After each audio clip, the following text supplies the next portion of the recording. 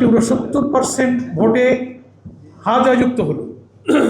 4.5 কোটি থেকে 5 কোটির মতো মানুষ তার পক্ষে ভোট দিল। সংবিধান অনুযায়ী গণভোটের 50%-এর ওভার ভোট পেলে সেটা গণরায় হিসেবে গ্রহণযোগ্য হয়, অথচ সেটাকে কি করে তারা উপেক্ষা করছেন। এবং জুলাই সনদে যে মৌলিক 4টি বিষয়কে গণভোটের প্রশ্ন হিসেবে দিয়ে দেওয়া হয়েছে এবং ভোটাররা হার পক্ষে যে ভোট দিয়েছে, এবং আমরা 11 দলীয় নির্বাচনী ঐক্যে যারা ছিলাম, আমরা যেমন আমাদের যার যার দলীয় প্রতীকের পক্ষে ভোট চেয়েছি, তেমনি আমরা কিন্তু হার পক্ষে ভোট চেয়ে জনগণকে মোটিভেট করেছি। ফলে এই বিপুল পরিমাণ প্রায় 5 কোটি মানুষ অর্থাৎ ভোটার তারা হাকে জয়যুক্ত করেছে। এখন শিশির মনির ভাই বললেন এই জুলাই সনদ, সংবিধান সংস্কার আদেশ বাস্তবায়ন করা না করা, ইভেন সংবিধান সংস্কার পরিষদের শপথ বিএনপির না পড়া, এর যে সমস্ত আইনি ব্যাখ্যা যুক্তি মাননীয় স্বরাষ্ট্রমন্ত্রী দিচ্ছেন, এই দায়িত্ব তো আইনমন্ত্রী, তিনি কিন্তু নীরব, তিনি এর কোনো ব্যাখ্যা দিচ্ছেন না। আমরা জানি না সরকারের পক্ষ থেকে তিনি হয়তো অ্যাসাইন হতে পারেন, কিন্তু তিনি কি করে এটা অস্বীকার করতে পারেন যে জুলাই সনদে জাতীয় সংসদের দক্ষিণ প্লাজায় আমরা ফ্যাসিবাদ বিরোধী আন্দোলনে যারা ছিলাম, যারা ঐকমত্য কমিশনের দীর্ঘ আলোচনার পরে আমরা সেই জুলাই চার্টারে কিন্তু স্বাক্ষর করেছি। 166টি প্রশ্ন দিয়ে সব দলের কাছে তাদের মতামত চাওয়া হয়েছে। তার মধ্যে 84টি বিষয়ে সবাই একমত হয়েছে। তার মধ্যে 48টি সাংবিধানিক সংস্কারের প্রশ্ন ছিল, সেখানে 6-7টা বিষয়ের ব্যাপার ডিসেন্ট ছিল বিএনপি। 19টি মৌলিক বিষয় আমরা একমত হয়েছি। সারা দুনিয়াতে নোট অফ ডিসেন্টের ব্যাখ্যা হলো যে কোনো ফোরাম, কোনো অথরিটি, কোনো মিটিংয়ের সকলের মতের সাথে একটা ভিন্ন মত, তো ঠিক আছে 20 জন একটা মত দিয়েছে, আমি একা একটা ভিন্ন মত পোষণ করেছি, দ্যাট ওয়াজ রেকর্ডেড, সেটা রেকর্ড আছে যে আপনি এই মতটা মানেন না, এইটুকুই শুধু ওখানে মূল্যবান। তার অর্থ এই না যে আপনার ভিন্ন মতটা বাকি 30 জনকেও মানতে হবে। তো সেই নোট অফ ডিসেন্ট সহকারে কিন্তু এই গণভোটে বিষয়গুলো কিন্তু উপস্থিত করা হয়েছে।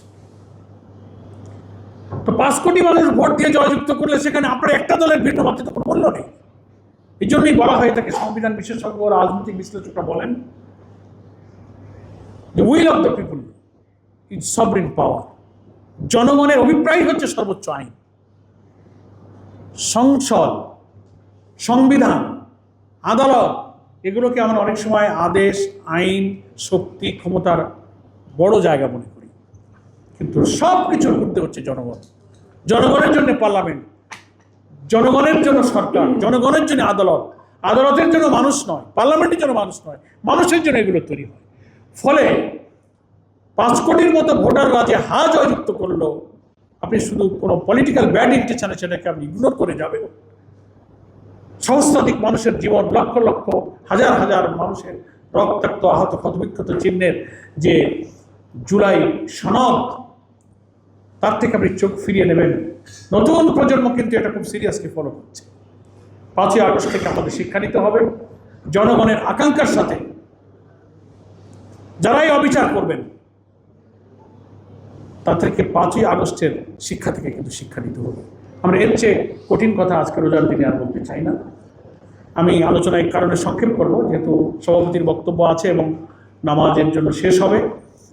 জাতীয় সংসদে বিরোধী দলের নেতার সভাপতিত্বে এখন যে বিরোধী দলের সংসদীয় দলের যে সভা চলছে, সেখানে আজকে এখানে সংবিধান সংস্কার পরিষদের শপথ যে বিএনপি নেয়নি,